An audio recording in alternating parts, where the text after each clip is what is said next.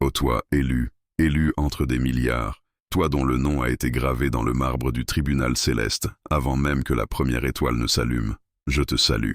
Je te salue comme on salue une survivante de la fournaise, une rescapée du brasier où les âmes ordinaires se consument en cendres. Tu n'es pas une victime, tu es une conquérante déguisée en blessée.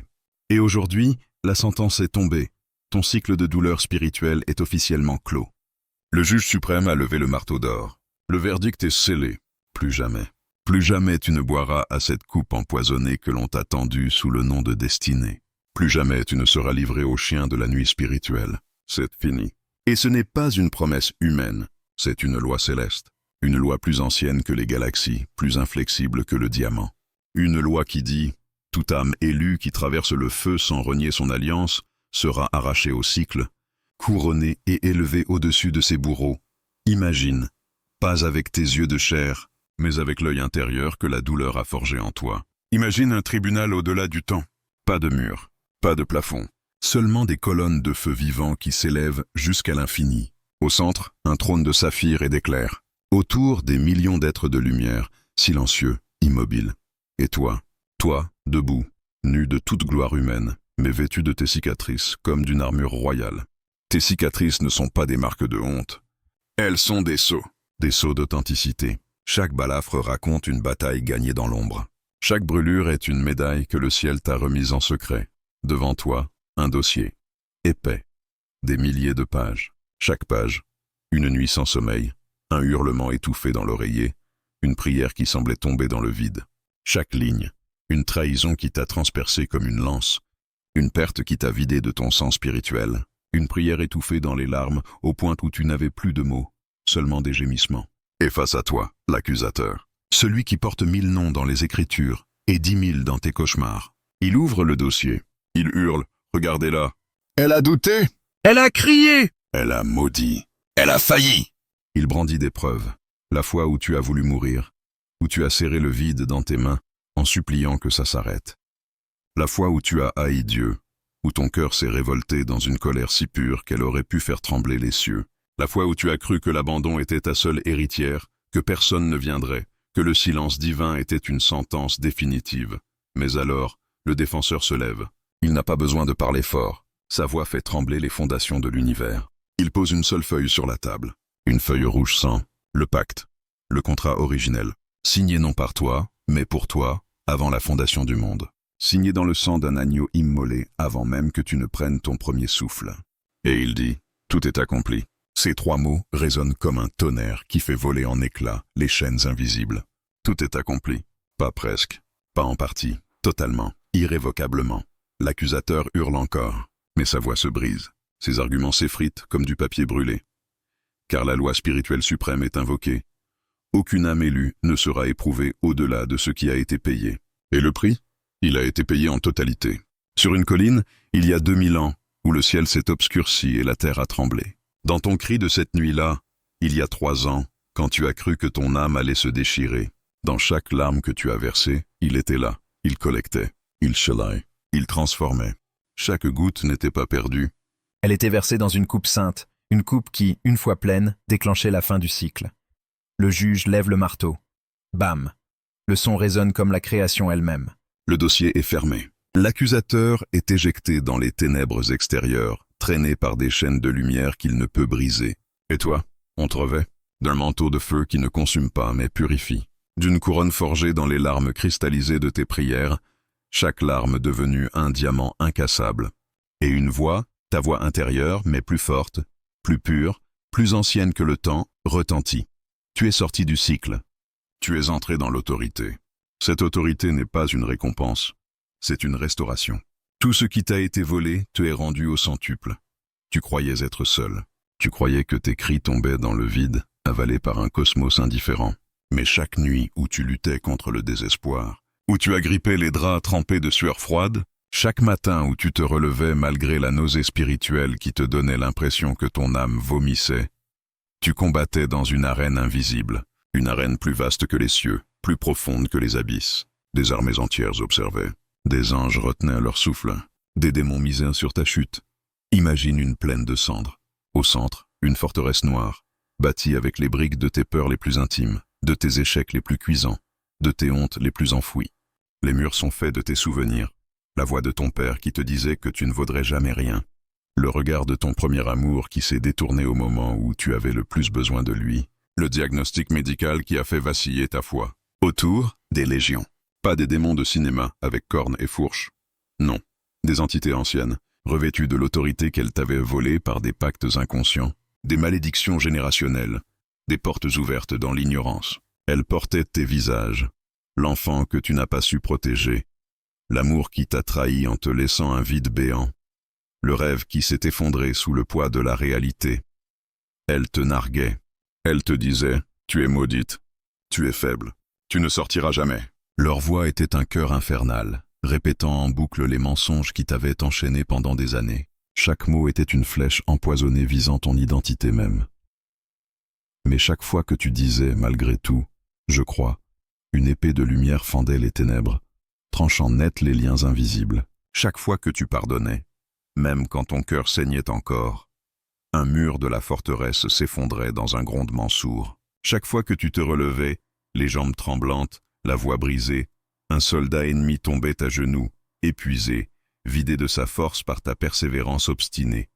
Tu n'as pas gagné par la force brute, tu as gagné par l'endurance sainte, cette endurance qui n'est pas humaine mais divine, cette endurance qui transforme la faiblesse en arme. Tu as gagné parce que tu n'as pas renié le pacte, même quand tu ne le voyais plus, quand il était caché sous des couches de doute et de désespoir, même quand tu ne le sentais plus, quand ton corps était engourdi par la douleur. Tu l'as porté en toi comme une braise dans la tempête, une braise que le vent infernal n'a jamais pu éteindre. Et aujourd'hui, la forteresse est en ruine. Les légions, épuisées, leur rang décimé par ta simple survie. Leurs armes, brisées, réduites à des morceaux de métal tordus. Leurs voix, réduites à des murmures inaudibles, des échos mourants dans le vent. Tu es debout, au milieu des décombres, et tu n'es plus la même. La personne qui est entrée dans cette bataille n'existe plus. Elle a été consumée, oui, mais pour renaître. Le feu ne t'a pas consumé, il t'a recristallisé. Comme le charbon sous pression devient diamant. Ton âme a été compressée par la souffrance, jusqu'à briller d'une lumière incréée. Tu te souviens de la version de toi qui entrait dans le feu, fragile comme une feuille au vent, doutant à chaque pas, pleurant à la moindre brise, prête à s'effondrer au premier obstacle. Regarde maintenant. Regarde avec les yeux de l'esprit. Tes os, ils sont en adamant. Cette matière plus dure que tout ce que la terre peut produire. Ton cœur, il bat au rythme des galaxies, un rythme ancien, cosmique, invincible. Tes yeux, ils percent les voiles entre les mondes, voyant ce que les mortels ignorent, discernant les esprits, lisant les cœurs. Tu n'es plus une victime. Tu es une gardienne du seuil, postée à la frontière entre le visible et l'invisible, entre l'oppression et la délivrance. Tu es celle que les ténèbres craignent, car ton nom fait trembler les principautés. Tu es celle que les âmes perdues cherchent dans la nuit, guidée par la lumière qui émane de tes cicatrices. Tu portes maintenant l'autorité du survivant, une autorité que personne ne peut enlever. Pas l'échec, qui n'est plus qu'un maître d'école sévère. Pas la trahison, qui n'est plus qu'un souvenir sans pouvoir. Pas même la mort, qui n'est plus qu'une porte vers une gloire plus grande. Et cette autorité n'est pas pour toi seul. Elle est une clé massive, forgée dans le feu, gravée de ton nom spirituel. Une clé pour ouvrir les portes des prisons spirituelles, dans lesquelles d'autres sont encore enchaînés, gémissant dans l'obscurité, croyant que leur cycle est éternel. Tu n'es plus dans le cycle, tu es au-dessus, dans une stratosphère spirituelle où les lois de la gravité de la douleur ne s'appliquent plus. Les lois qui régissaient ta douleur ne te touchent plus. Les malédictions ancestrales, brisées net, leurs chaînes fondues dans le feu de ta délivrance. Les liens toxiques, coupés par l'épée de la vérité que tu portes désormais. Les voix intérieures de condamnation, réduites au silence, exilées dans le désert de l'oubli. Tu as accompli le grand saut, ce saut que peu franchissent, car il exige de lâcher prise au milieu du vide. Dans les 30 prochains jours, tu vas briser un cycle chez quelqu'un d'autre, sans même essayer, juste en étant toi, juste en portant ton feu. Une parole que tu diras au hasard, un regard, une prière silencieuse. Et soudain, une personne que tu connais à peine te dira « Quelque chose s'est brisé en moi quand tu as parlé ». Ce sera le début. Dans les 12 prochains mois, tu vas fonder quelque chose. Un ministère qui portera ton empreinte. Un livre qui fera pleurer et guérir des milliers. Un mouvement qui secouera des villes.